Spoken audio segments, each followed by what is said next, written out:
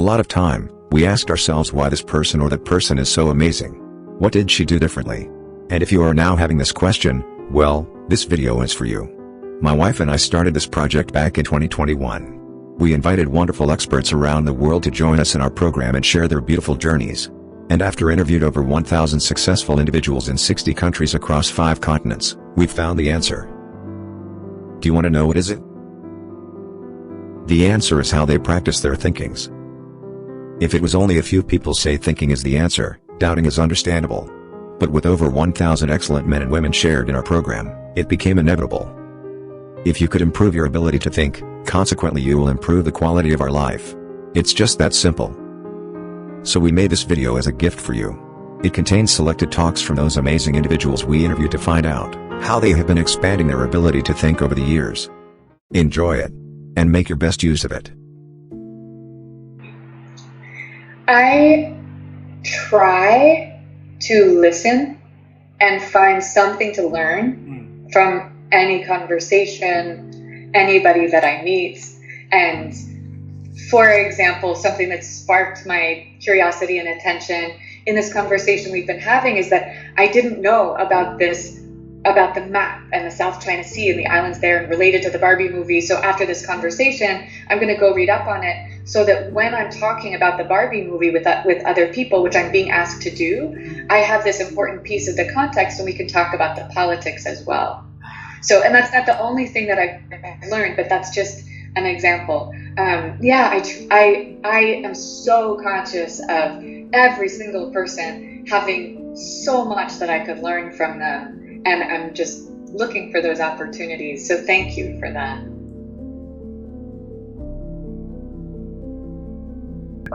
There are 2 parts of thinking that are important to me.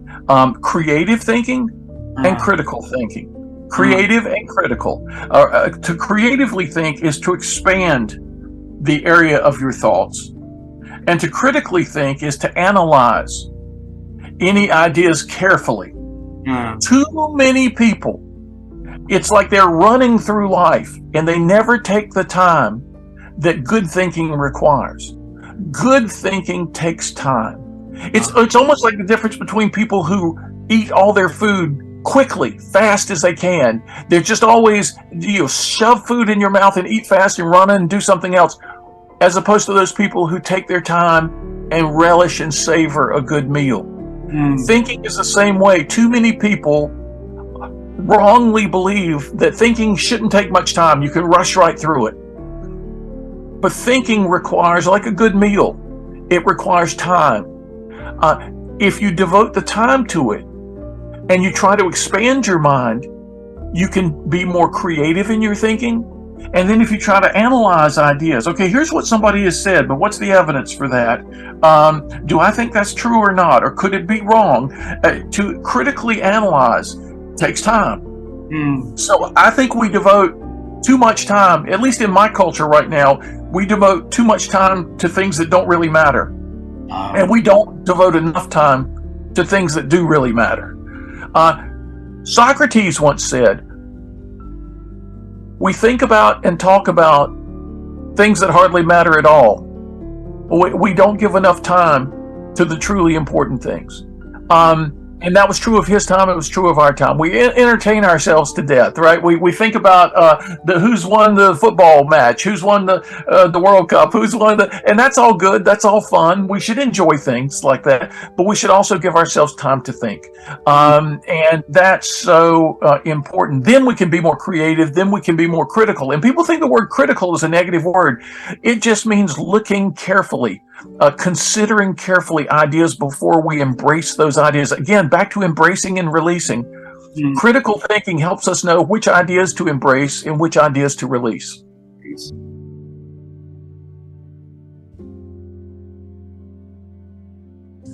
I think I've improved it by just reading a lot. I read books, I read magazine articles, journal articles, newspapers. So I read quite a bit on a number of different subjects, and I think, how do all these things compare? So it may or may not be about thinking as a discipline, because I think there it's something where is maybe individual to people about how they, carve out time for thinking or get rid of distractions if that's possible. But I would say I'm always thinking. I'm a pretty introspective person. So, but a lot of it is reflection on things like what I've read or what I've maybe seen on something like what you and I are doing now, or a television show. So I feel all that helps me thinking, because I feel I am good at making connections between, and this is something Drucker did a lot, making connections between disparate parts of thought or of things that you read. So I feel that being a big reader is really helpful, but then also reflecting about what you read, and about thinking about how does this relate to my life or my work as a leader or my work in business or whatever it might be. So I think that's a very key thing, reading, observing, listening, and then relating it to your life. I also take a lot of notes, if I can. It's hard in conversation, but I might try to remember something and write it down later or put it into my iPhone of things. So I try to keep notes on things and then go back to them. And I find that is very, very helpful. And I think that's something that's, it's something that people can do because, just take out a pen and paper or type it into your phone. If somebody has said something that you find, kind of really interesting, or you've had an experience that you found quite interesting, or they're watching your show, and they could pause it, or maybe if they're listening to the recording, and pause it and write down something. So I would really recommend that, and that's something that worked for me that I think probably has worked for lots of other people as well. Thank you for sharing.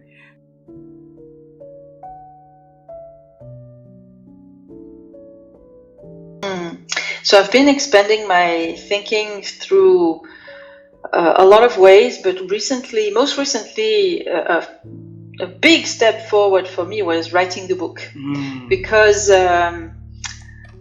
it forced me to research. I really I considered this book as an exploration. And by the way, I think this is probably the core of everything, is this curiosity mindset. If you are able to stay curious and stimulate your own curiosity for things, that's where you keep on thinking and learning. So for me, this book was a process of exploration, and it was amazing. It was really wonderful to dive into every all rabbit holes. I really went into them and explored so many thinkers and books, articles, etc. So it was wonderful. On a more regular, in more regular times, when I don't have to write a book, I have so many tabs open on my computer, and I read articles. I don't watch TV at all. So I save time there's a lot of things from social media networks, social media, articles, posts, blog posts. But writing is a great way, really. When I don't write a book, I write blog posts, and they are a really important ways to connect ideas, to put ideas on paper, rather than have ideas, just go across your brain and then leave. Trying to capture that and organize thoughts is really a good way to build on the new thinking. Wow, wonderful.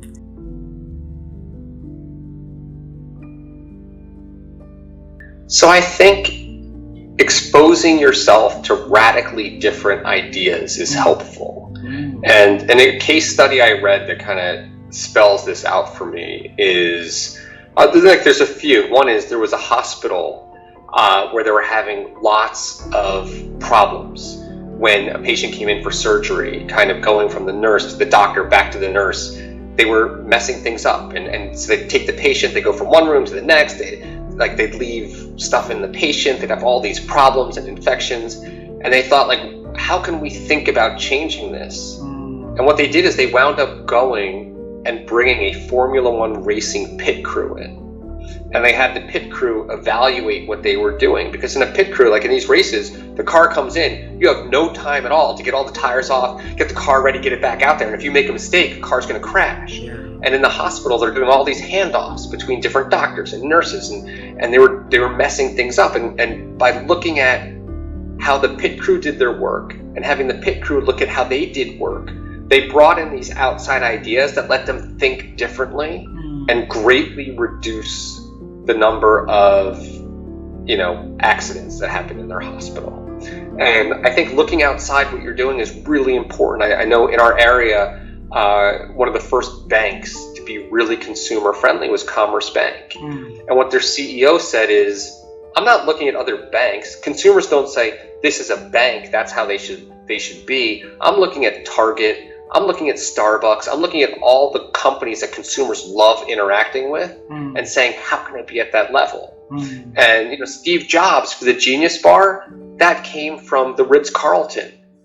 He loved the way the Ritz-Carlton served people and say, I want to be like that for Apple. So I think when you want to think of new ideas, expose yourself to new things, and then you could sometimes see how things come together. Have time where you're just sitting down with other entrepreneurs, even who aren't in your business, and talking about running your businesses. And also I would always try to go out to dinner with clients. Like, that was a great way to just think about their problems and how we can solve them. And it was also fun. Like, our clients were really nice people.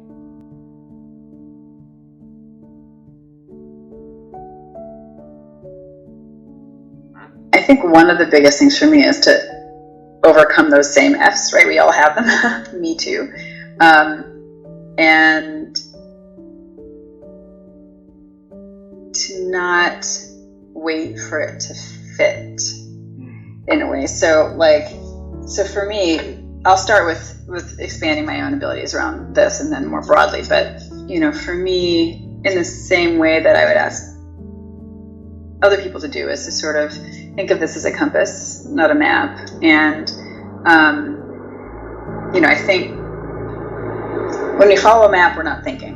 When we're using a compass and we're like, this gives us a sense of where we are and where we could go, and it orients us, but we make the decisions. I think that's when we're like actually making our own thoughts. So, like, for example, I don't have to ask all these questions all the time. I could just ask one or the other, that's helpful to me right now. So to push myself in any moment to own my own mental compass, and look for opportunities to just ask one or more of these questions and open up my mind, because I don't find that this is my personal improvement time, like setting that aside. That doesn't work in the world of anything, right? Being a professional, a parent, and we don't, it doesn't happen until it happens, right? Until you really are about that time. So I think the most important thing for me is to see it as not another what that I have to do, but a how I do everything I do. Is to whatever I'm doing, whether if I'm just sitting down to design my next workshop, how can I see more of like what's happening with the people I'm designing for? How can I use this? I always, whenever I'm doing a workshop, always try to partner with one or two new people that I've never worked with before. Like, hey, I'm doing this workshop, I'm really interested in what you do. Will you do it with me? So that, I'm working right now with someone who's focused, two people on a workshop for South by Southwest. One focuses social emotional learning, and the other one is about visual thinking. And so as we're creating this together, I've pulled more people, right? I've involved new people, and so I'm learning really interesting observations, principles, ideas from them about how they help people solve problems, right? That's how this is stretched. Is the reason I'm able to learn about all these different things is because I just let these people into my life that stretch me, and they think differently, and so it's really fun to mash up with them, and then to just to make it always fit, like to realize that that's the single most important thing I can do. To just Beautiful. To ask these questions a lot. Yeah. Well, I think that I'm always interested in the news. So I'm always reading newspapers, credible sources. I'm a guard. Yeah, credible sources. But within that, I would say that critically thinking is absolutely important. Asking myself, so when I find something interesting or challenging, I will ask, who's written that? What may have been their motivation? What might have been their bias? What might this be trying to make me think? So not just absorbing that. So I'd say that reading as much as I can, but critically thinking about the motives of the author is really important as well. Never trying to be too easily influenced one way or another, believing that the truth is always somewhere in the middle, in the grey, even with some of the most extreme voices in the media and in the public eye. I will always try to think generously about what may be their truth, and not try to dismiss too readily even what might seem like the most extreme views. Always trying to maintain a level of balance, I think keeps me sane as well as helps me think better.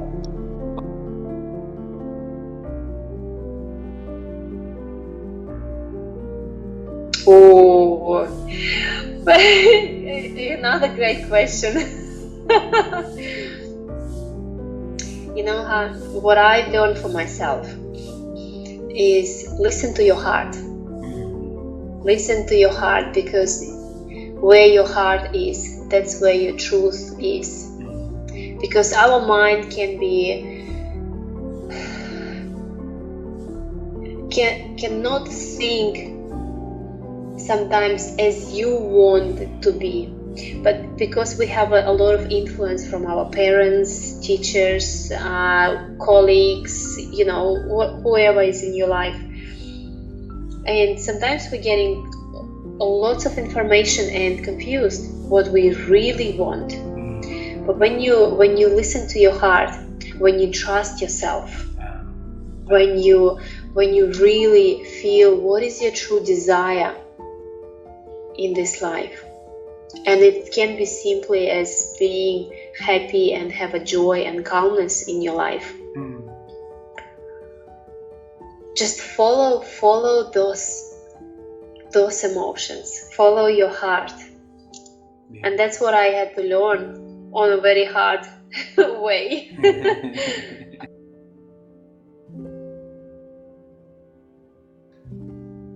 There's always somebody who knows more than you do. Who are those people? So that is one of the things that I have believed in, I think, my whole life. I want to learn something. Who knows this thing? Somebody knows it, and at least they know it better than I do. And I want to find those people. And sometimes that means reading a book. Sometimes that person is dead and they lived 100 years ago, but they still have that knowledge. And so a book can do that for me. Sometimes they are here today, but it's going to be hard for me to reach them. So maybe I read their articles or things, and again, reading or watching their videos or listening to their podcasts, depending on how you like to get information. And then other times I'm going to try to have a personal conversation with that person. I've done that many, many times. And so one of my kind of rules when I'm trying to do something, if I hear it 3 times that this is the thing to do, I try to take action on it. So 2 of the books I'm reading right now, it's because I've heard of one of them. I heard it again. I heard it again. That 3rd time, like, I got to read it. I'll learn something. Too many people have told me you need to do this. Like, okay. And so to learn who is it that knows what it is that you want to do, find those people. And if you truly exhaust that and there isn't anybody who knows, okay, now you're in a place of creativity and invention, and that's a good place to do. So is there anybody with anything similar that you can learn? There's always somebody who knows. If there isn't, now it's time to be creative. Now it's time for innovation and creating new ways. And so there's still something you can learn from other people who are good at innovation and creativity. And so as you are needing to do that, you can also learn, okay, what are the kinds of questions they ask? So there's always somebody to be learning from. And that's the way that I approach that. I read a lot. I don't think I read as much as I realize how much I read when I'm in a conversation with someone and I have ideas exploding in my head, or I'll say something like, you really should read Lisa Feldman Barrett's 7.5. Let me see if I can see. It's too far away. I was going to hold the book up for you. But if you just look her up. So I think reading is essential. I think having two qualities are very essential. One is empathy. So when you encounter people that are different from you, you can't learn anything from them if you reject them because they're different. You won't learn a thing. And you won't learn a thing for two reasons. One is you're not listening, but the other is your rejection of them will be felt by them. So they're not going to talk to you, or they're not going to talk to you with any intention to be connected. So empathy is important, and then and that's very connected to the notion of non-judgment from Buddhism. We had talked about that earlier. And then the other is that we have to be willing to let go of what we thought was true when we are now faced with something that shows us. It's very hard for human beings to do that, especially things that are connected to the culture that we're in. So all of our friends believe X, so we believe X, and I meet you, and you tell me something different. If I'm going to listen to you and listen deeply, and you're going to explain to me and share with me more than I knew, but I'm unwilling, I'm spending my whole time not really listening, but holding on to what I believe as though we're in a battle, I will not learn and I will not expand my knowledge. And this is hard. I mean, I'm telling you this, but it might sound to the listener like, oh, I'm really good at this. No, I do it too. All the things I help other people with, I do. I hold on to what I thought was true. And luckily, my husband is a really good thought partner for me. And so if he's trying to show me that something I think is not true, he'll just keep at it in a really good way, and sometimes with humor.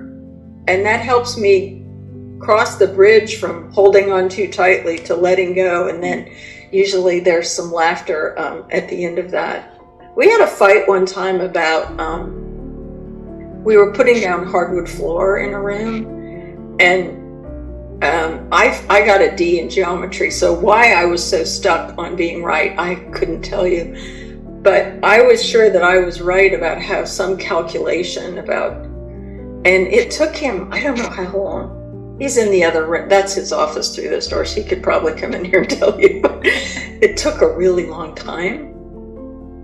And all of a sudden, I realized I was wrong. And I just slumped down on the floor and said, I've been wrong this whole time. And he goes, I know. But see, he had to have some empathy for me to keep trying to explain without getting angry. So I said we had a fight. It wasn't like a fight where you scream and yell and tell the other person that they're an idiot. It wasn't that. It was an intellectual argument. Yeah. Well, I think this is going to sound a little bit critical. It's not meant to be that way, but there are too many people, particularly in a post-pandemic world, pandemic world, that are still conventional thinkers. And maybe that's more obvious to Allie and I because, our business model has always been to kind of break it and put it back together again, whatever it is, whether it be publishing, whether it be our media world, other things that we do. We're looking at the way the world thinks and these other people that we meet and say, well, that might work, but it's like, there's a movie out there many years ago called Groundhog Day, and the star of it was Bill Murray. And the whole thing, the ethos behind the movie was he woke up every day and did everything the same way every day. He kept repeating his life. Oh. And we think, given what's happened in the world, particularly around the pandemic, people are now, they stop for a minute. They stop to think. They stop to breathe. And I think many of them, and we're getting this feedback from the many people we talk to and the many writers we have, and we can see it in their writing, people are searching for something more. They don't want to go back. Well, many of them are very comfortable in their conventional mindset going back to what they were doing. But there's also this large group of people, they're looking for something more. They may not know what it is yet, but they don't want to go back to being I'll call it their robotic selves. Well, I'm going to go back to our model, which is, if there isn't a business model. What I've been doing, my wife and I do this together. We've been taking morning walks now for 17 years. Every morning we go out for about an hour or two, 3 to 5 miles, depending on what the weather is. And we talk about what's going on in the world. We talk about what's going on in the world that we control, which would be 360 Nation, our website and everything we do. And we look at the way things are happening and we say, boy, maybe we can reinvent that for the good of people. I think that the most frequent way is reading. The more you read, the more you start to ask yourself important, provocative questions like, is this true? How do I know it's true? What other conclusion could I come to besides the conclusion this author is trying to lead me to? What's fact and what's opinion? Just as you read, it improves your thinking process. A second way, other than just reading, I think, is to go to very smart people and ask them questions about what you intend to do, your plan. I wrote a blog once on thinking, how to think better, and one of the points in that was to pretend that you have a board of directors. You may literally have a board of directors to go to, but if you're an entrepreneur and you don't have or you're just starting out and you don't have this group of people, imagine you did. Imagine you were on a board of directors. When somebody would present an idea to you, what would you ask them? What would you ask them about their financing? What would you ask them about their staff? What would you want to know about their plans in the future? What would you want to know about their marketing? If you would think like an advisor and think like you're a person, if you're starting a new project or product or service, what would a board of directors ask me? And then prepare yourself. That helps you to think through any kind of project, any kind of plan that you want to do, even if it's financial planning for your family or planning how to build character into your kids. That thought process comes from reading in many subject areas and applying maybe in different ways, but it also comes from your ability to listen to good advice and listen to feedback and apply it in your situation. You know, I wrote a book back in 2016 called Transformational Thinking, the first step toward individual and organizational greatness. Along with that, I did a workbook, and here's the workbook. This is what the workbook looks like, right? You can find both of them on Amazon, right? Okay. And to think differently, you got to challenge all assumptions. So there are no what we call sacred cows. You look at everything and you examine it as if it's new. For instance, you know in the background there's a guitar. You examine it and say, well, I know it's a guitar now, but what could I do with it to make it something totally different? How could I repurpose it and it have even greater use? So I got to challenge the existence of the guitar, right? It's like I mentioned Uber. I'm challenging the existence of the taxi business, right? How can I repurpose it? How can I do it differently, right? So thinking, you have You have thought, decisions, actions, and results. In order to change the result, the bottom line, you got to change your thought process. When you change your thoughts, the types of decisions that you make change. When the types of decisions you make change, the actions that you now take change, right? So you have to be able to examine how you think and why you think the way that you do. Often a lot of that comes from our environment. We're conditioned to think a particular way, given our education, given our family, given our friends.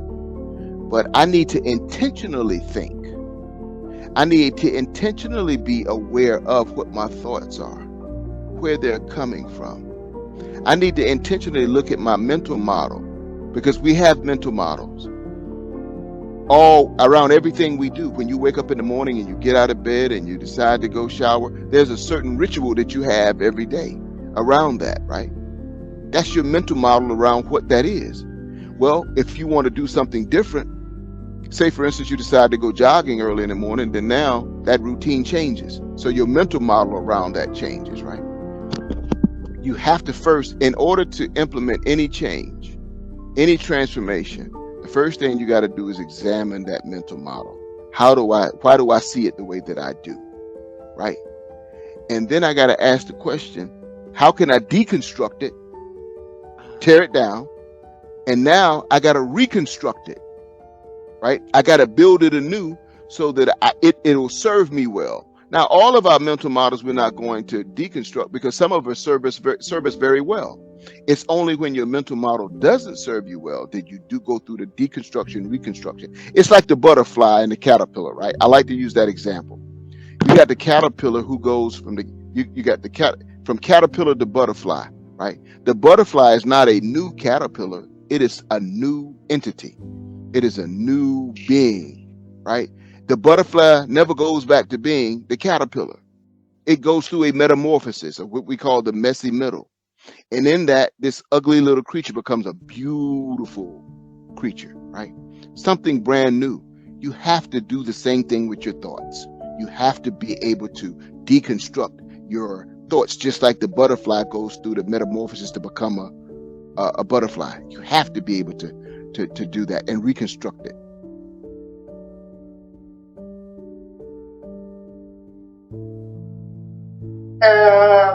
Three ways: read to think, write to think, and network to think. So first of all, you need to read, which does not mean one book per week, but at least, let's say, 2 books per year at least. So you need to nurture your thinking with novel ideas, also outside your field of expertise. But just by reading, you definitely can absorb novel ideas and approaches. The second, as I was saying, is writing. So when I was at Harvard Business School as a young case writer and research assistant, I experimented firsthand the power of writing. So put down in writing your thoughts and how powerful this can be in refining your thinking and spotting, let's say, overlooked items, asking yourself new questions. And the third point is about networking. So don't close yourself in a silos. Exchange as much as possible, converse as much as possible with others. We tend to say that we don't have time to read, to write, and to network. Well, maybe it's time to make the time for reading, for writing, and for networking. Beautiful, thank you. Read, write, and networking, right?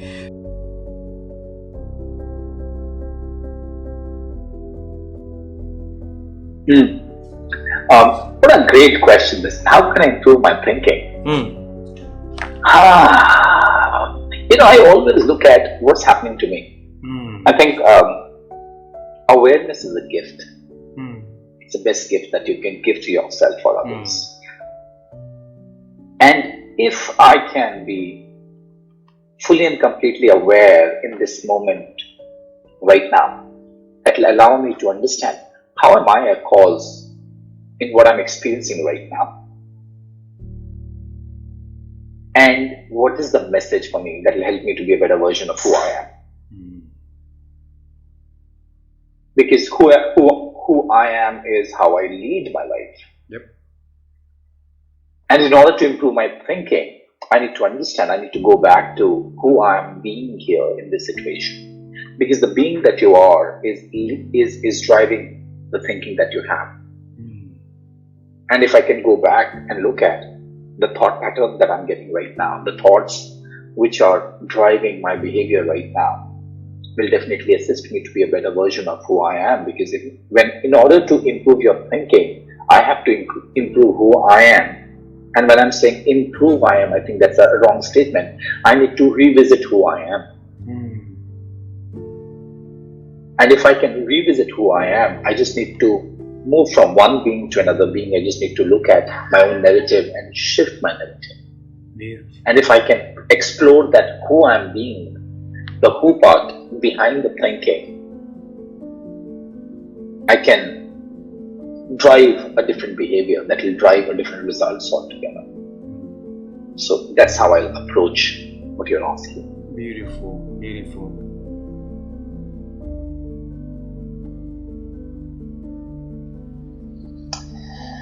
You know, there's many ways that I continue to grow my thinking. So first and foremost, I'm a lifelong learner. If I could go back to school today, I would. And study, you know, lots of things that I'm so curious about. So I think the primary way that I grow my thinking is to continue to be learning and reading and talking with people and asking questions. And, you know, I'm so fortunate to be part of a couple of professional groups that allow me to do that with some amazing colleagues. You know, one of those is the Marshall Goldsmith 100 Coaches, which is where, you know, I get to learn and share and grow and evolve with, you know, the amazing, you know, counterparts in that organization. Another is the Recognized Expert Group that Dory Clark founded. Yeah. I have some amazing colleagues there who, you know, we, you know, get to talk about and learn from and share, you know, on a variety of topics, not just leadership. And I think that brings me to my second point, which is, you know, the more that I can continue to learn and grow my knowledge in different areas, the more it helps me think differently about leadership and continue to inform my thinking so that it gives me a different way to look at it. You know, so I continue to, for example, I continue to learn ballroom dance, and I continue to compete in ballroom dance, which gives me another way of, you know, looking at leadership, right?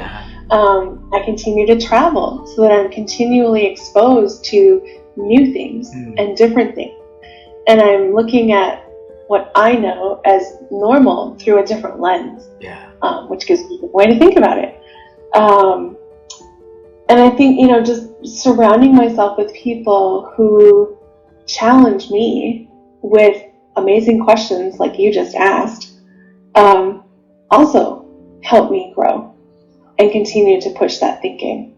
And that is, you know, as hopefully a thought leader in this space of leadership going forward, that is what I hope to still bring to this space, you know, a different way to think about this and a different way for people to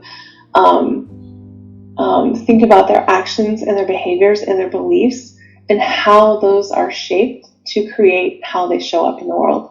Beautiful.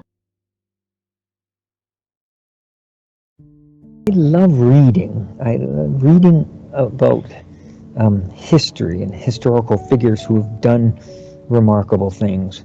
My wife and I went to live in Rome for 3 months this past year, last spring, and I just loved reading and then visiting all these historical sites where these great orators, these great soldiers, great engineers building aqueducts and roads and sanitation and so on. I find reading history inspiring. I'm reading a book about Thomas Edison right now, who had 1,100 patents and thousands of inventions, and I love the book on Leonardo da Vinci, or some of the artists like Donatello or Botticelli or Michelangelo, or I find the Renaissance period particularly fascinating. But I say reading is a very, very useful thing to expand your mind and help you think. Another thing I do a lot of is I love meditating. I don't have a lot of time for it, but I meditate at least 5 minutes a day, sometimes 10 minutes, sometimes 15. It just depends on what I have. I use an application called Calm, C-A-L-M, but there's another one out there called Headspace, and there's more. So I think they help you organize yourself, and sometimes there's little lectures, or sometimes, but there's the effect of doing a little bit of meditation, being mindful of where you are in life and in space, and it's something I recommend highly. Also, it helps you be grateful or have gratitude towards what you've been able to be accomplish and be involved with, and so I think there's a couple of things there that might be useful. Working hard is fun and interesting, but you have to give a little bit of breaks too. So I love to run and ride bicycles and hike, and I swim and I sail boats, and so you have to have some pursuits that give you some time away from work so that you actually can enjoy life too. So that's a couple of thoughts I've had.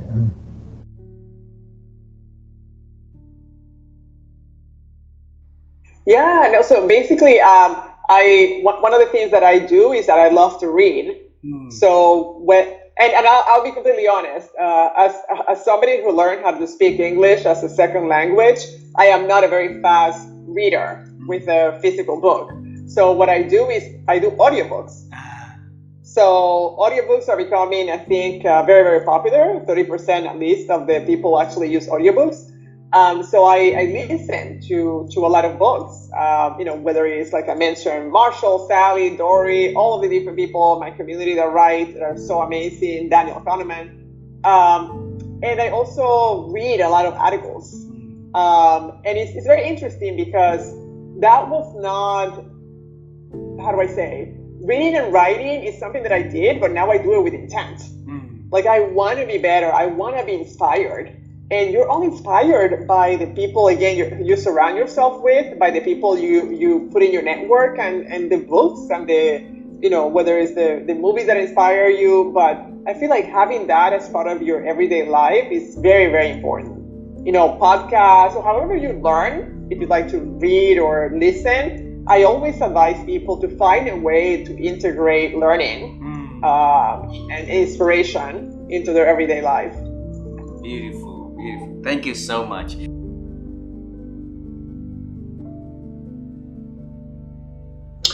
It's a great question. I definitely speak less than many people do, and I speak more slowly than most people do. And in doing so, I try to be deliberate with my words. When I was on active duty, I used to tell people around me that words mean things.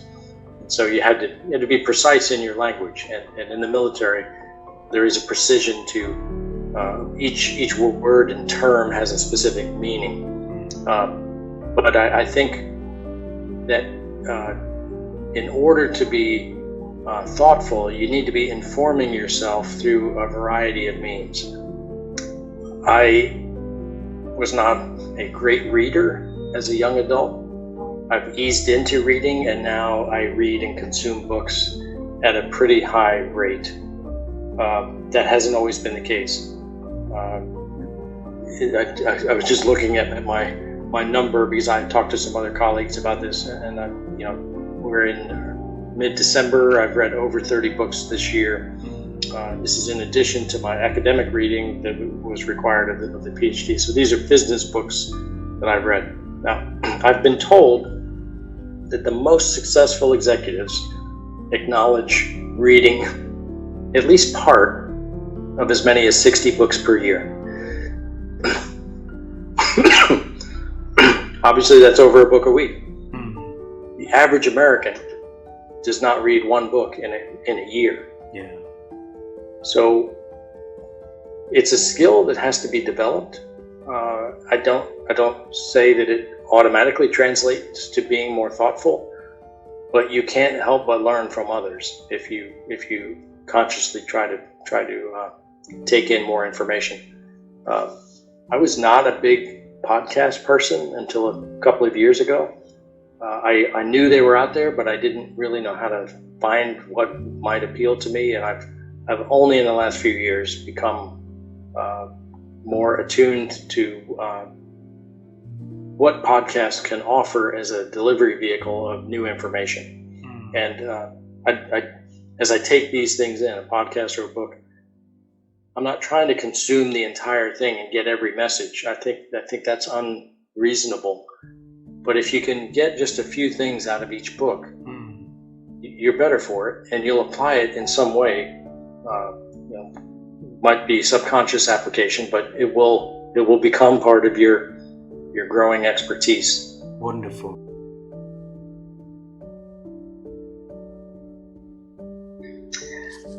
I really believe that that reading books, reading good books and taking them seriously and talking about them with other people is the key.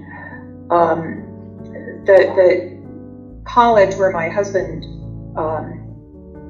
was a professor is a college called St. John's College. They have campuses in Santa Fe and in Annapolis, Maryland, and they're the original Great Books School. Their curriculum is a Great Books curriculum, which means that everybody reads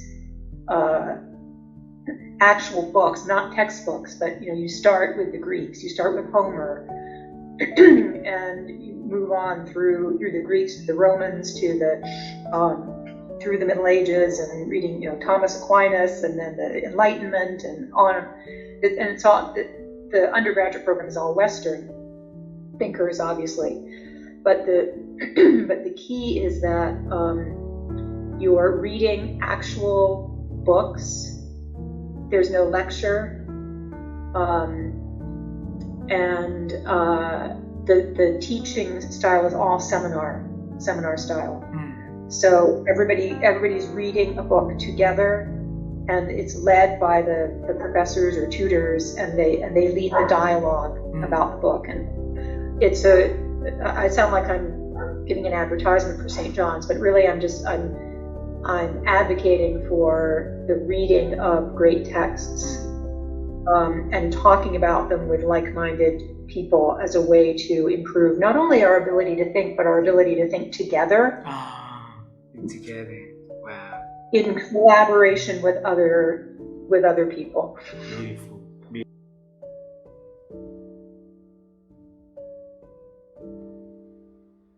Wow, how I've been expanding my ability to think. That's such a big question, and I feel pressured to answer it in a big and lofty way, and that's not disappointing.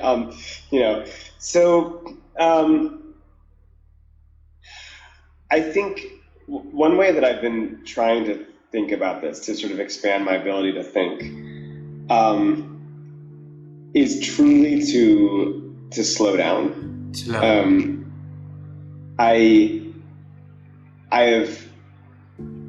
This is really advice that's come from one of my favorite collaborators, Cassie Holmes, and it's work that other people have talked about as well. But making time for deep thinking,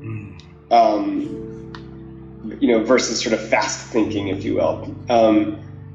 There are a lot of things that pop up in my everyday life that seem urgent, and I can sort of do quick responses to, and I often have to stop myself from just digging into the urgent and slowing down so that I have the ability to actually think and to your quote, expand my ability to do that. And it's hard, it's really hard, because I feel like when you get to a certain point in life, it's like I've got little kids and I've got my work and family, and there's so many different things going on that it's easy to kind of do like a little bit here and there, a little bit there, and and I have to keep reminding myself to sort of slow down and try to just focus on one thing, because that results in deeper, more expansive thinking, if you will. Beautiful, beautiful. I would say that the thought that has helped me grow the most is realizing that if I have the mindset and believe something can happen, whether it be specific to a conflict, like this conflict is going to be resolved, even when I don't know the path to get there, the believing it helps me to see and have that vision and perception. The other piece, so the believing I'm going to fix and resolve this even when I have no idea how to do it, will get me there. That determination. Second is, I would say, I'm trying to think of what would be the most important, because of course I have quite a few. I still think that's the most important one, the believe that it will happen. And I think awareness of perspective, and I call it like change your view, where many of us will say, I might say to someone, we need to like look at that objectively. And some will go, well, I am looking at it objectively, which is very difficult to do because we're all subjective people. We bring our experiences.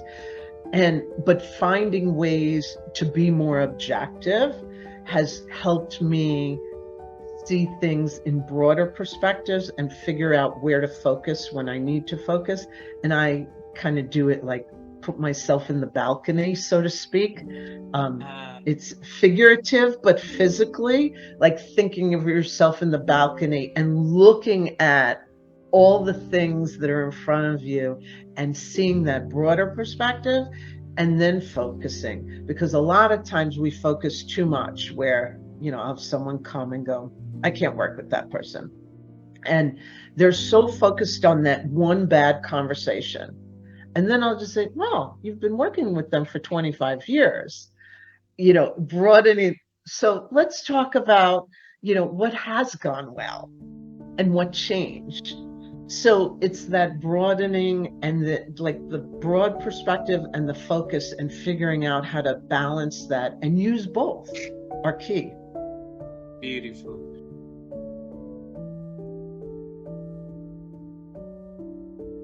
So firstly, I'm not an expert.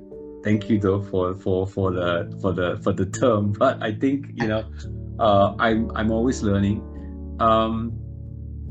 I work with very smart people every day. I have a firm belief that everyone has an inner genius. I think you have an inner genius. I have an inner genius. I think a lot of people around me have an inner genius, and an inner genius is something that's unique to her. And I am always on a path to want to discover what your genius is, because if I can understand what your genius is, I can then partner with you to do some amazing things going forward. Because I'm very clear, I don't know everything, and I'm not the smartest guy in the room. But I'm very clear, I think there are a lot of other people out there who are incredibly bright, and I'm trying to either unlock that for them, or I'm trying to discover it so that I can learn from them. And that's what I want to do every single day as a leader, and that's how I want to stay sharp, and that's how I want to grow.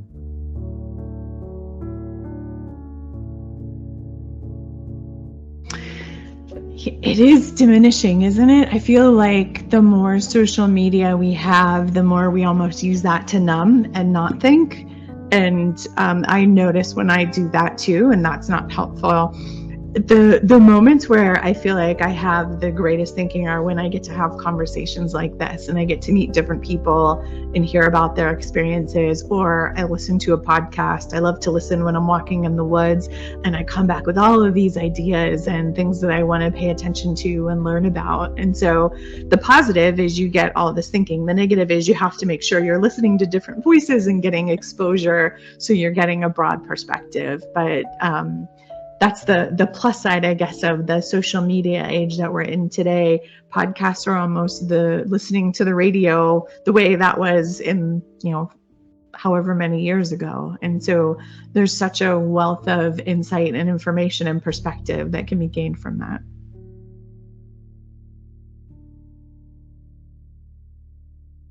Yeah, for me, it's just the ability to ask questions. So ultimately, I think, I have the ability, I think, and I have the ability to process and think critically because I ask questions with the intention of wanting to learn, right? So I think so often people ask questions or they speak because they want to be heard. And I think somebody who does the opposite, which is ask questions because they want to listen and learn, really, really impacts our ability to think critically. So that is a huge one for me. I want to hear, I want to ask questions, and I want to listen so I can come to my own conclusions, so I can think critically, and so I can develop myself and the people that I work with. I guess first is open mind. Trying not, although it's hard sometimes, to be too judgmental, to give the benefit of the doubt before you make your decision or your judgment about something or someone. I don't think anyone who can travel the world and see other cultures can enjoy it unless you have an open mind and accept there are other ways of doing things, even other ways of thinking about time, for example, or about how you treat the elderly or whatever the topic might be. So open mind and not too judgmental. I think it's important to develop your skill of lateral thinking, not to be funneled, have your thinking funneled into one direction, but to open your mind and look for relationships that might add to your understanding of a situation. And I guess the third thing I would say is I'm a glass half full person. I usually try to see the positive in situations, the positive in people, until proven otherwise. And I like to be very optimistic in taking my approach to any business opportunity or any personal relationship until I'm shown that maybe I was wrong or maybe I should adjust my thinking. There's a great quote that I've used in speeches before, and it's ascribed sometimes to Abraham Lincoln, but I'm not really sure. And he was asked, what's the difference between a pessimist and an optimist? And he said, a pessimist sees the difficulty in every opportunity, while an optimist sees the opportunity in every difficulty. And I guess I've developed a way of thinking very optimistically. Recently or ever since? Over time, moving to France, then moving to London, and then to Finland, and then especially to Turkey, which was quite a culture shock. You have to learn to be more tolerant and open-minded. There are many different ways that things get done that are different than the way you were grown up to think they get done. And you could fight it, which could be aggravation and anxiety and not lead to great well-being. Or you could learn to understand it. I'm not saying you change your values about what's important in life, but you learn to understand that maybe you need to take different pathways to get the same thing done in a different culture, in a different environment.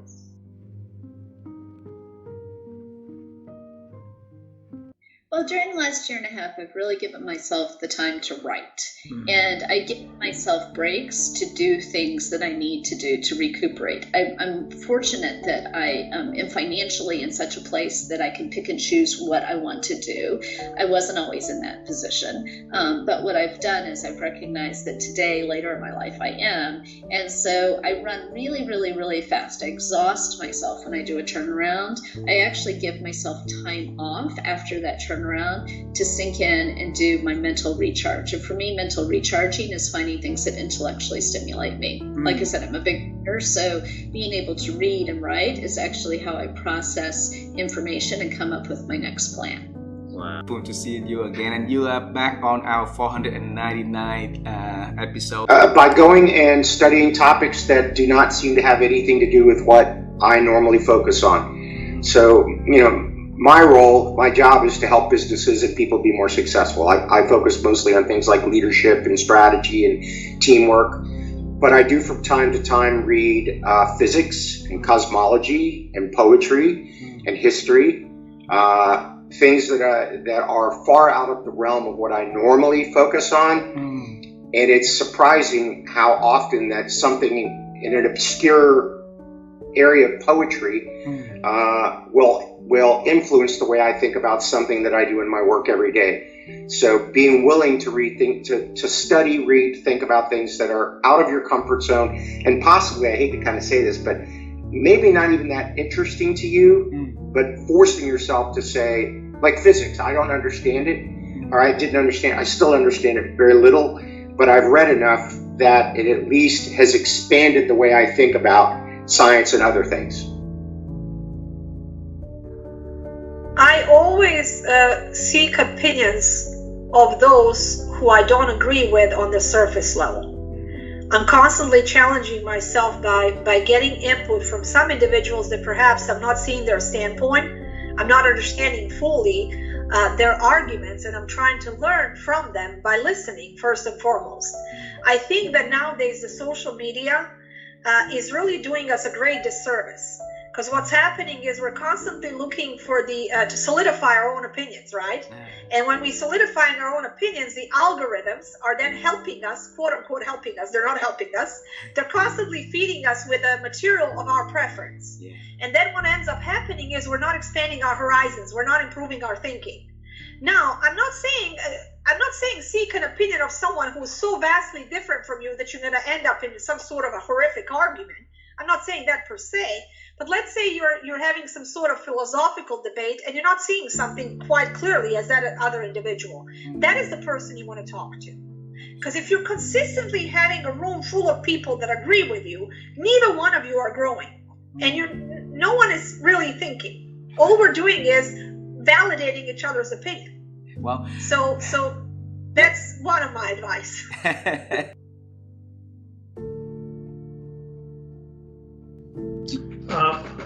I read at least a book a week and have for probably the last 30 years. Okay. And so curiosity is the answer. What don't I know? What can I learn that will make me more effective? And you start to realize that, after you've read a lot of books and, the placeholder behind you, interestingly, is a whole bunch of books. And you start to pick up themes and ideas that are consistent, and they change you. And one of the things that I've done for the last 30 years is whenever I read a book that's nonfiction. So first of all, I read mostly. I don't really make time to read fiction, although there's nothing wrong with fiction. I just tend to lean into nonfiction. I will write all over my book, and then I will type up notes that I can read later. And so I'll just show you. This is just a small sample of book summaries that I have for every book that I've read over the last 25, 30 years. So what happens is, when I go on an airplane and I'm traveling, I'll take 10 of those with me and just go through them. And it reinforces, you don't remember everything that you read in a book, but I have the notes of what I thought was most important, and it's changed me, And by the way, I take those and I give them to people so that it's not just, because it's a time-intensive thing. But when I give them to other people, particularly people who work for me, I'm influencing them. So it's a benefit for me to say, hey, I read the book, I typed up the notes, would you like them? And people are like, yeah, I don't have to spend all those hours that you did, sure, But now I'm sharing information, and now I'm having a conversation with someone about something that I read. So we're reinforcing it, and they're going, well, what about this? And so curiosity is the answer. Beautiful.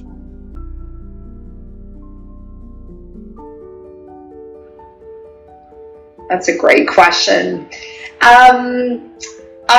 What works for me is doing some reflection and like on an ongoing basis, like being able to, sometimes it's just like looking at the end of the day and saying, okay, what worked well in this day? But if I could do today all over again, what would I do differently? And so, having the ability to sit back, slow down our thinking. Sometimes we're in so much of a rush, we don't do this. But being able to slow things down and be able to take stock of, what are we grateful for in this moment? What is an area of opportunity that we might want to focus on tomorrow?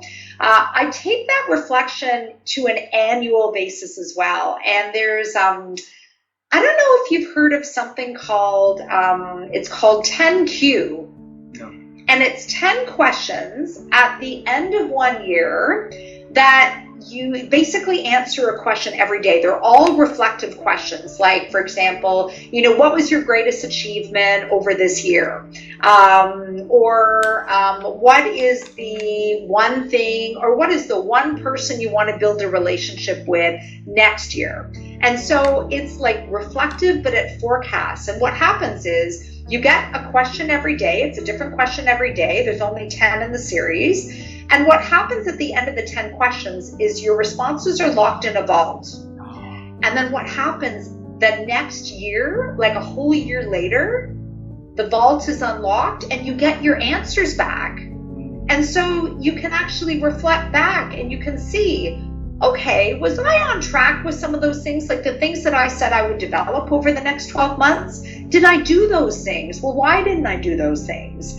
And it's a great way to take stock of what's important in your life, where do you want to make some shifts or changes or developments. And then when you see all of your answers unlocked 12 months later, like you almost forget about what you put in, right? Because it was a whole year before. But it just brings to the surface, okay, yeah, here are the areas that I was able to change my thinking on, or I was able to develop. Here are some areas where maybe I'm still stuck. And it is a great way to shine a spotlight on those things, the things that you want to celebrate, but then the things that maybe are so challenging that they require additional attention. So I would say that's probably like two ways that, I just continue to evolve my own thinking, and certainly conversations with individuals like yourself, where you're learning new things, you're hearing new perspectives, you're receiving new insights. Those are all things that influence how you approach the world, how you show up in this life. And again, those things are not events either. We don't just stop learning. Like, we need to continue evolving our ways of thinking. We need to keep evolving our skills and, developing areas in our life, so that we continue to, feel fulfilled, experience new things. That's what life's all about. Thank you very much. Well, that is something that I actually talk about a lot. I mentioned earlier that I'm not just an introvert, I'm like a devout introvert. I don't want to be anything but an introvert. I like the situation that I'm in now.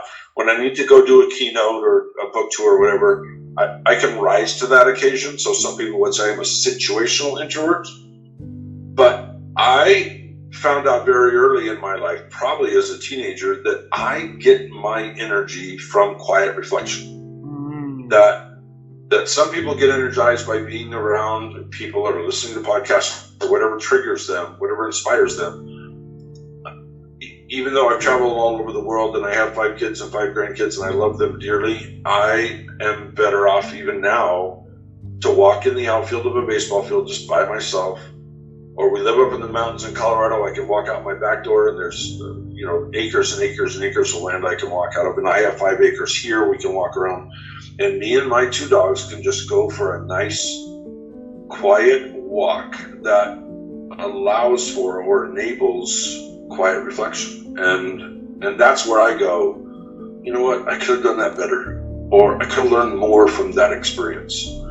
Or I should have handled that conversation differently. In that moment, I wasn't treating people with respect. I was frustrated. I was upset. I didn't treat them with respect that I talk about all the time. What would I do differently? And there are other times, I'll be honest with you, where I go, you know what? I was too nice. Guy was a jerk. And you don't get to be a jerk and work for us. You just don't. Right? So I'm not saying it's all to this reflection isn't all for me. It's my team and for my companies and for my baseball teams. Yes, I learn a lot from it, but from my reflection moments, I need to find a way to help other people learn too. I need to learn how to be a better mentor for them, so they can better grow professionally and personally. And that's if I didn't do anything else in the rest of my life besides mentor professionals and coach youth baseball players, I'd be a happy man. Beautiful.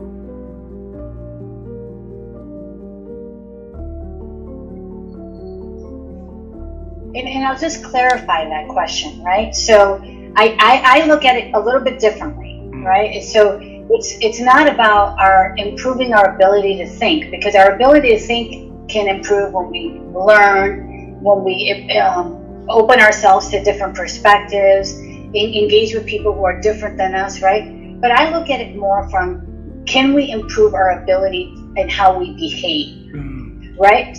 So when we have a thought, we may not be able to stop our thinking. We may not be able to improve our thought. We may not be able to change each other's thoughts or behavior, or thoughts or the way that people think. But how am I changing or helping people change their behavior? And so that we can do. We can help give people guardrails and boundaries and different ways of thinking about things so they change their behavior. And as people change their behavior, their thoughts also change, right? So if you think about like a bad habit, you have a bad habit. Let's say, for example, you eat a lot when you're stressed out, right? I do that. Sometimes when I'm stressing out, I have a tendency to overeat, right? So I know that bad habit of mine. And so what I do is, when I know that I'm feeling stressed out, I have to be aware that my automatic reaction, because of the way that my thoughts are in my brain work, is go eat. It's going to be, I can't stop that thought. It just comes there, right? So I can't change the way that my brain thinks that way. But what I can do is improve my habits, my reaction to that thought. So when I know that I'm stressed out, what am I going to do? Instead of going and eating 20 chocolate chip cookies, which would be what I would love to do, I'll go do 20 minutes on the treadmill, right? So I've had to replace that bad habit with a behavior, a more positive behavior. And so as I do that, I would hope that my thinking improves to say, okay, exercise is going to improve my thinking. It's going to improve the serotonin, all the chemicals in my brain, and that hopefully will change my thoughts, right? So I kind of look at it from the flip perspective. How can I change my behaviors to change my thinking versus how do I change people's thinking to change their behaviors?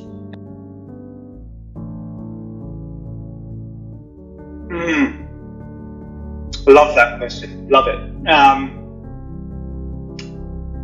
It's not always easy to practice what one preaches. It's quite difficult sometimes, and I think we are hypocrites ourselves as humans. And I've been on a lifelong quest to understand why humans are hypocritical, including myself. But one of the things I do there's several things I do actually. I have almost a morning routine that I read actually, and I'm not advocating for these people in any way, but they've helped me in my quest. But Trice Pritchard's U Squared is a concept where it talks about how do you position yourself for exponential growth, quantum leap, right? And it's kind of a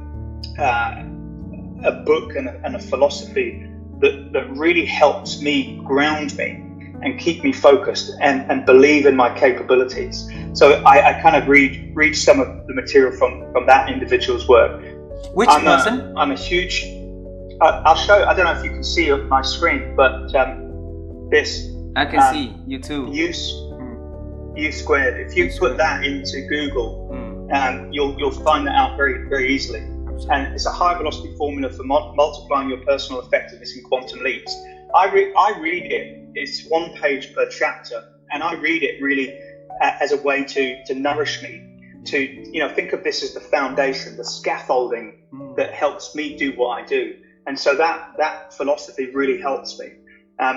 Another thing that I do, and I'm a real proponent of Pema Chodron, who's a Buddhist monk, and she writes about, she's got a lot of different books about embracing ambiguity, about being comfortable in uncomfortable situations, and sometimes that helps me at a spiritual level to keep me focused on this path. And then I'm an advocate of Bob Proctor and a lot of the work around Bob Proctor and thinking into results. And that again, those 3 different sources help me on my journey as part of a daily ritual. And the other thing I do, is I'm always looking at where my blind spots are. And I use a tool called the Johari window. And I can send you in the show notes or whatever makes sense. But the Johari window, I teach this to leadership teams across the world. And if I don't use it myself, I'm a bit of a hypocrite, right? So I use it to understand and try to understand, where am I not paying attention to? What feedback am I getting that I need to address and that I don't want to address, that I'm scared to address? Why am I scared to address it? And then I go deeper and I ask myself some discovery questions. So I'm always looking at where I can improve, where I can enhance my capabilities. And I don't mean just more accolades and more qualifications. I mean self-improvement. And so for me, becoming aware of some of those triggers that I have and some of those things that hold me back. I sometimes look in the mirror and I Mel Robbins, I don't know if you know Mel Robbins' work, but just high five yourself in the mirror, right? Show yourself that you love yourself.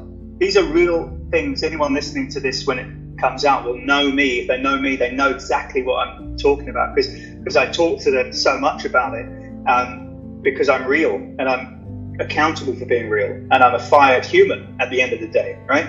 So they're the things that I leverage in my world, actually, that strengthens my ability to do this stuff and take this further out into the world. Beautiful.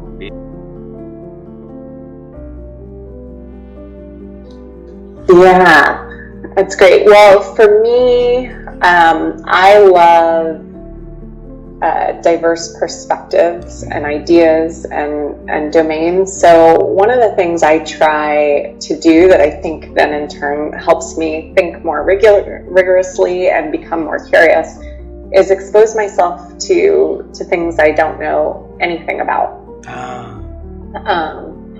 And that was why actually consulting was really a good fit for me, because you have to become an expert in whatever the client wants or needs at any given moment. But for example, like I love to get newsletters where there's like sections on like random interesting things. So we have a Slack channel at work called Readful, where like people will just post things and whatever they're reading, and it's such a diverse group of employees and they're all over the world that there's things I would never stumble into myself.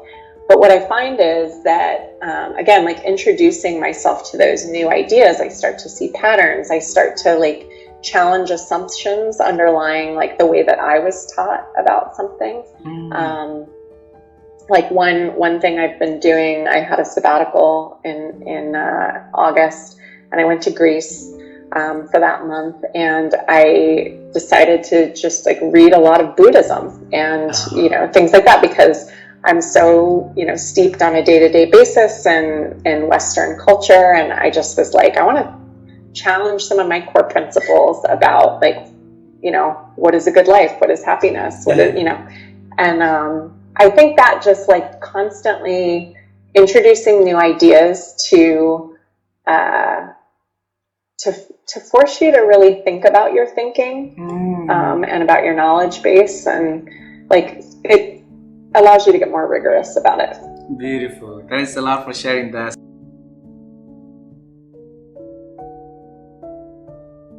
I think so. And I want to go back to say that you're absolutely right. You and your wife are absolutely right about identifying the thinking capacity, capabilities, strategies are somehow something's happened, and they're not being leveraged, they're not being tapped into, they're not being utilized well. And I consistently see when I work with organizations that successful leaders, or a successful leadership trait, is systems-wide thinking. Not just thinking about your own department or your own company or your own sliver of whatever, but it's how does this work in this entire system? What's going on outside the system that's impacting it? So that's and critical thinking along with those lines too.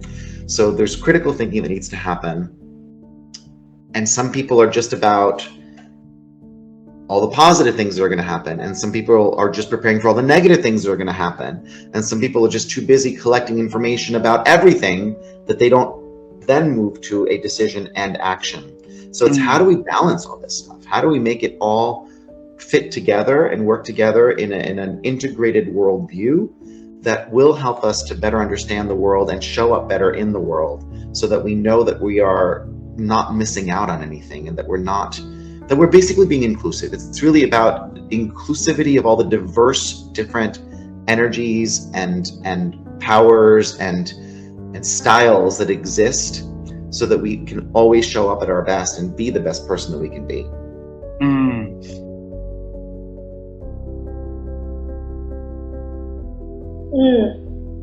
First of all, I don't think it's all about doing. You have to think first. If you think first, you don't want people to be doing a lot of things without thinking. That's dangerous. Yeah? So I also believe everything starts with knowledge and words. You understand, you make meaning of concepts, and you have to think about it and process it before you can apply things and do them.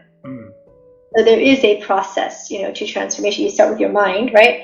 And our minds are extremely powerful. And the processing of that is so important. So I'm always learning new things. So I think, and I'm always challenging things. So when I listen to things that people tell me, I constantly criticize, or not criticize what they're saying, but I critique it. I critique, is this true? Is that your opinion? Is that fact? And then I will research to find out if what they're saying is validated by other information. So I'm constantly critically analyzing the barrage of information that we're getting every single day. Fake news. I don't take all the news of what people say as fact. Absolutely not. In fact, I assume it's probably biased. All the things that are happening in politics, in the world, I assume that the truth is somewhere in between the extreme left, the extreme right view, and both are sharing, like they're looking at the elephant from their perspective, but they don't see the full elephant, So I really strive to see as many perspectives as I can to see the elephant. And I think none of us can see the full elephant, right? From all perspectives, right? Because some of us are seeing it from the back and we only see the tail. Some of us see it from the front and only see the trunk. And both are not wrong, because from their perspective, there's a trunk and a tail. So I think the idea and knowledge and thinking, critical thinking, is just such an important part in perspectives. So I travel around the world so I can understand different perspectives. I've been to North Korea, and I'm criticized for going to North Korea. And they say, why do you go there? I say, because I want to understand how they see the world and their perspective. I want to think critically about, before I make decisions, I want to understand, are you seeing the tail or the trunk? Because I can assert that my view is correct, and I can argue that it's a trunk. If I don't even realize, or have the wisdom to realize that you're standing in the back and you see the tail, then it's foolishness.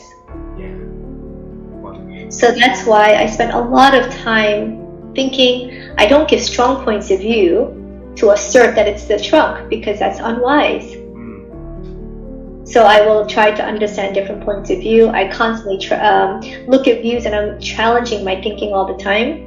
I'll give one crazy story of what I've done, and I do encourage everyone watching this to do it. I'm American, and the American politics is probably another K-drama series, because it's so dramatic and emotional, up and down. And I spent time on the KKK website. Do you know the KKK? Yep. So the KKK is a Ku Klux Klan, and they are a white supremacist group in the U.S. People might wonder, why am I going to the KKK website? Because I want to understand. I want to understand their point of view and their perspectives, and why they feel so strongly about what they feel. And I think in society, if we were to stop and pause to think, not just from our head, but also from our hearts, what is it that connects us and what is it that separates us?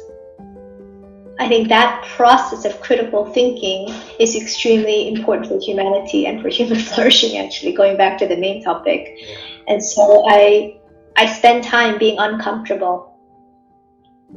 It makes me very uncomfortable to read certain articles. It makes me very uncomfortable to watch certain videos, but I force myself to watch them so that I can understand perspective, and then I can critique it.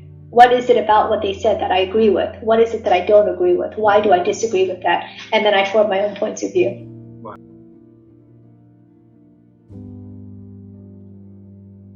There's a basic truth, I believe, inside of all of us individually.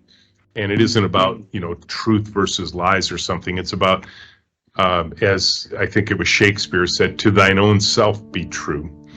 And there is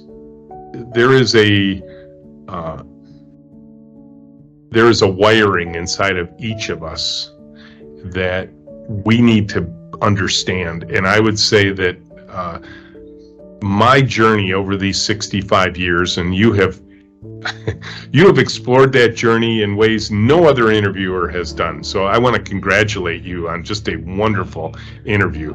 You have gotten me to tell stories that no one's ever asked me to tell before, all in one episode. So I am going to treasure this interview, okay? Wow. Because and I want to share this with people, my family even, because this will give them deep insights into who I am as a person.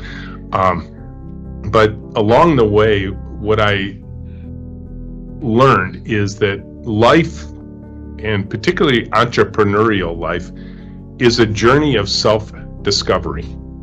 It is a journey to self. And it's amazing how often in our lives we deny who we are as people. We deny how we are wired. We believe there's something wrong with us and we need to change to conform how the world thinks about us. And I would say my journey of thinking was to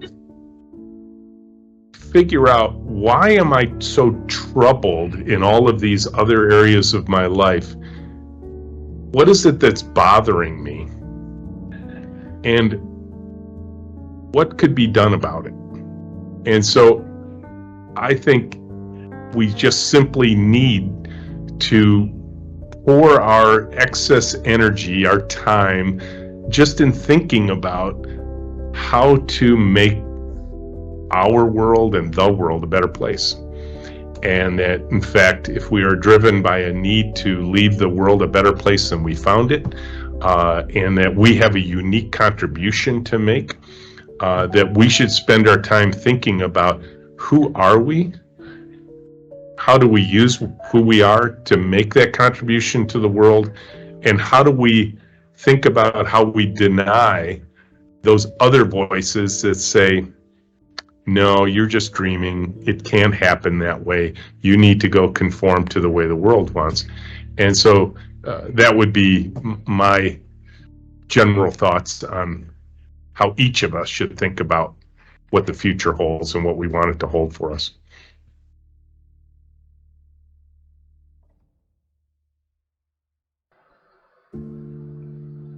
My ability to think is influenced by conversations I have with people. So I have been fortunate to have several good mentors and trusted advisors, and so I think constantly looking who's in that orbit, who do I see that's inspiring, that is making a not just a positive impact, but a profound impact in different areas. And so I would say my thinking is very much influenced by the conversations I have with them, and then probably my insatiable curiosity. So I try to read everything I can get my hands on, and so and trying new things. I'm playing around with AI, like how does that work? What, just experimenting. What can I do? And that's kind of a popular thing. Reading as many articles as I can. What's that impact going to have on the way we work and how people create and innovate? And so I would say my thinking is really influenced by constantly pursuing more thinking with people. It's that curiosity. It's with people, and it's with finding something that I find interesting and trying to do a deep dive on. All right, well, what are the other sides to this story? Not just the headlines. Wow. I'm going to try it myself. So. Wow.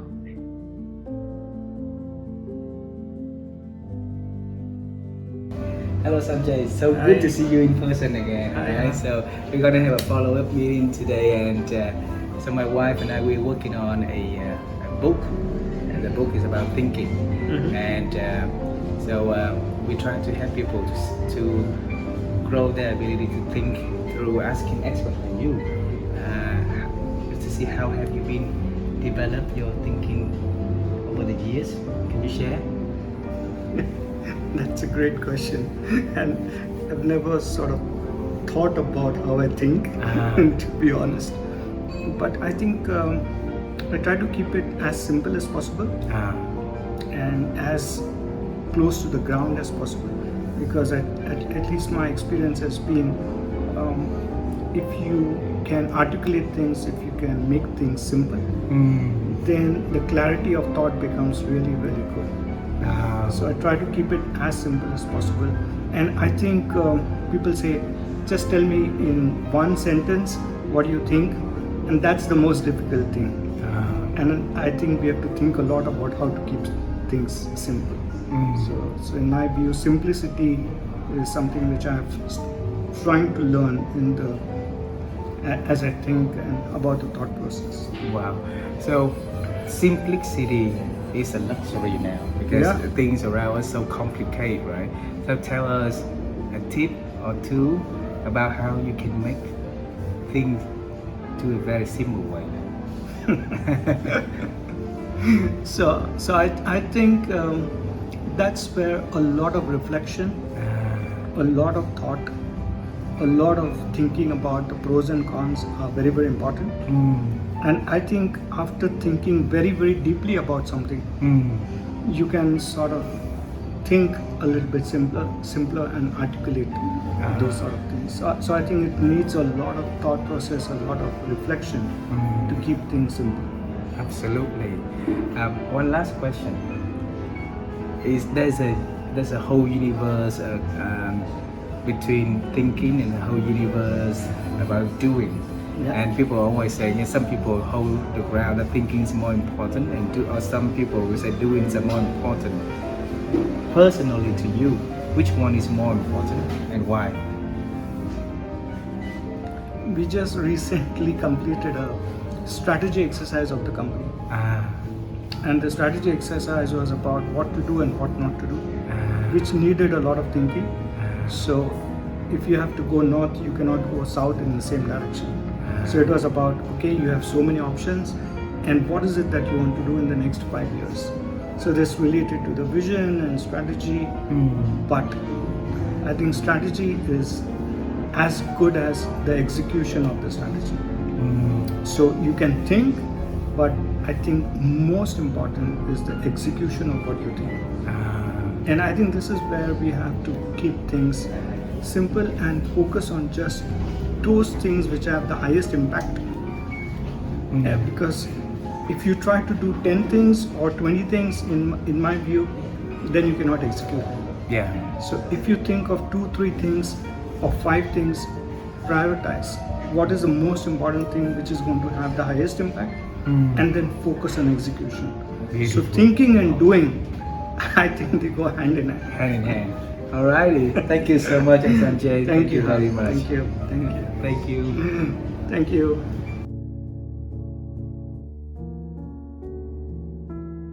Yeah, I'll share something that is probably atypical. I mean, you're going to get a lot of expertise around, how to think better and all that. The one thing I would ask you to think about in terms of expanding your thinking is put a question to yourself in a very positive, not in like a heavy way, but in a positive way. Like, how if before you go to bed, ask yourself, how might I do whatever I'm trying to do? And especially if I had all the money in the world, all the resources in the world, or in fact, I had a magic wand and I could do anything I want, okay? And then, two things. The time before you sleep, sometimes you have a great imagination. And you'll be surprised that sometimes when you sleep, you come up with ideas and solutions.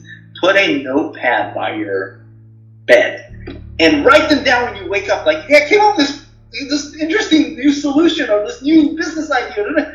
And, sometimes, oh God, these are really stupid. But sometimes you'll come up with some of your best, craziest, funnest ideas during both the time before you fall asleep and when you wake, when you dream. And write them down when you wake up. Beautiful.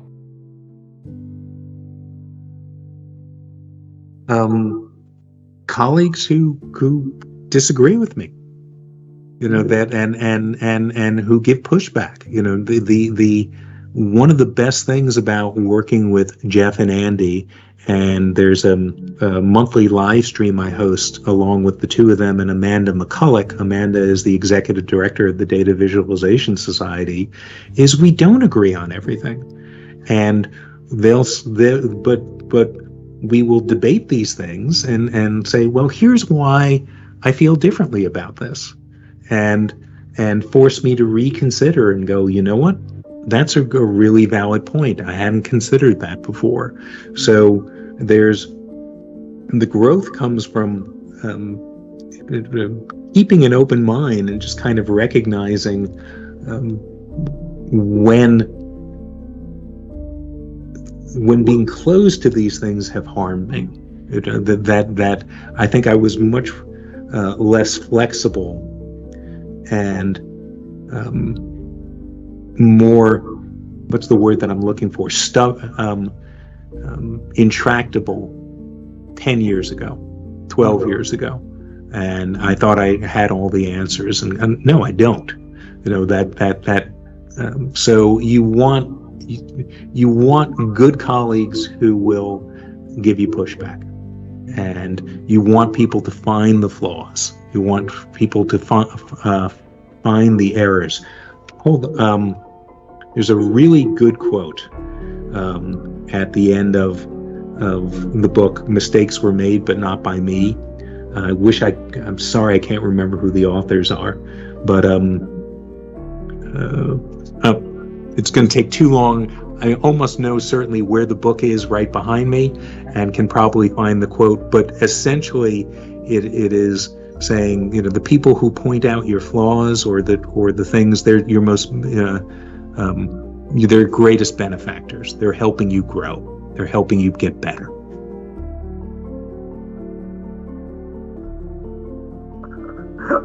I hope there's some evidence of that. Actually, I first thing that comes to mind is I think reading is very important.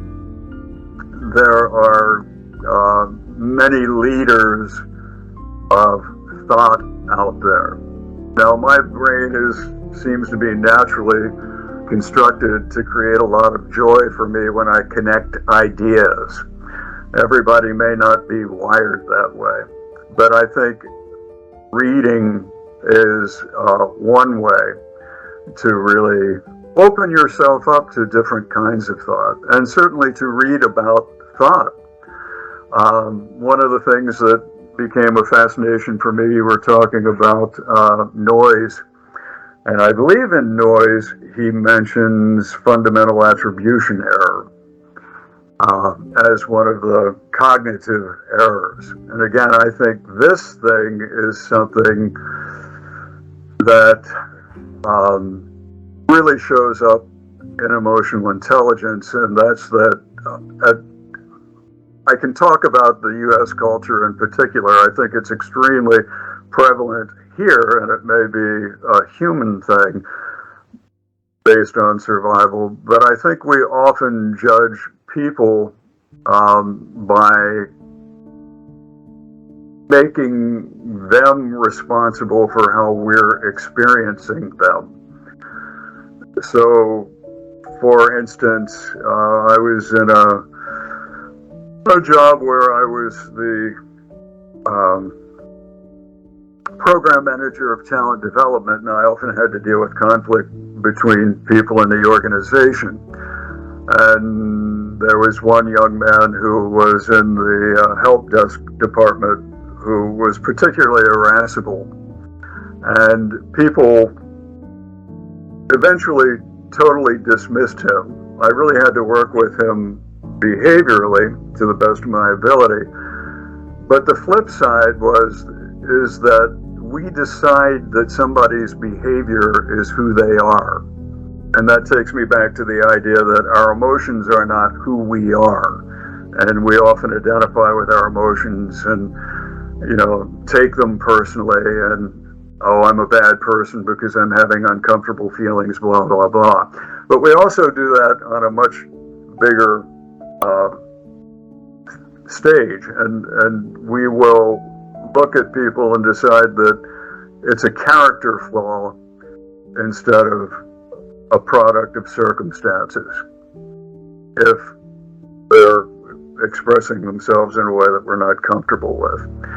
So things like that, becoming aware of things like cognitive errors, which is something that has been studied. Now again, some of this becomes an aspect of what is social reality. And social reality is not always correct. But when you look at some of these big discoveries about thought and thinking and logic and explore those, that helps you change your thinking because it helps you separate from what is perhaps negative social reality.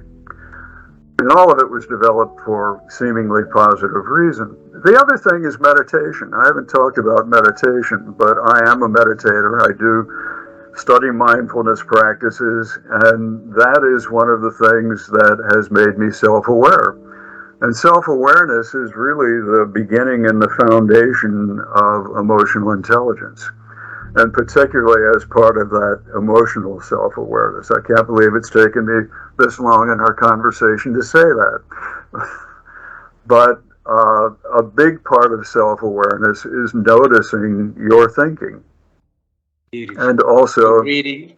Yeah, and part of noticing your thinking is noticing that it's not always true.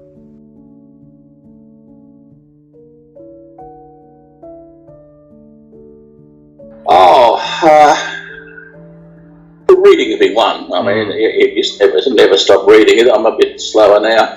Oh, look, when I actually became self-employed, I made a conscious decision then that if I was going to be self-employed where I didn't have the support of a system, I was going to have to do something to position myself differently in the world.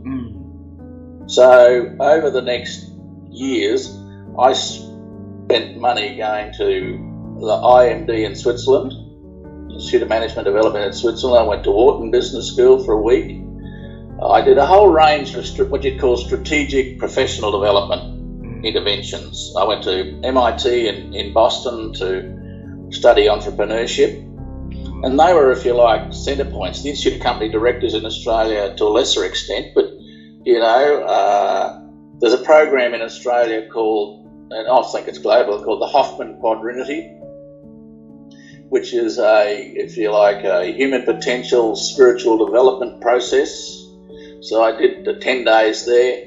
So I've strategically invested in interventions to shake my core, if you like. Not to mention being married to a woman who can shake it, but is just by looking at me and saying, where did you get that idea from? Sally's been a great source of inspiration for me because of her genuine happiness. I just look, how did you get to be like that? I'm kind of chunking out stuff all the time, and Sally's just happy. Why do you need this, So that, I've strategic. I've worked hard at it, I have to say. I've worked hard to, I do community. I was national president of the professional body in training in Australia, and I got heavily involved in that.